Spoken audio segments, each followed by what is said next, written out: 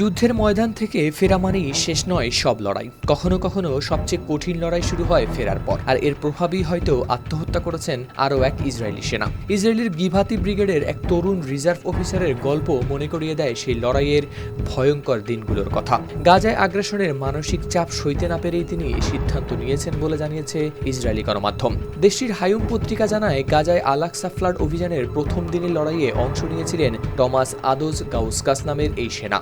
উপত্যকার ভেতরে পরবর্তী স্থল অভিযানেও যুক্ত ছিলেন তিনি। এরপর থেকেই তীব্র মানসিক সংকটে ভুগছিলেন তিনি। তুর্কি সংবাদ মাধ্যম আনাদুল এজেন্সির এক প্রতিবেদনে উঠে এসেছে সেই তথ্য।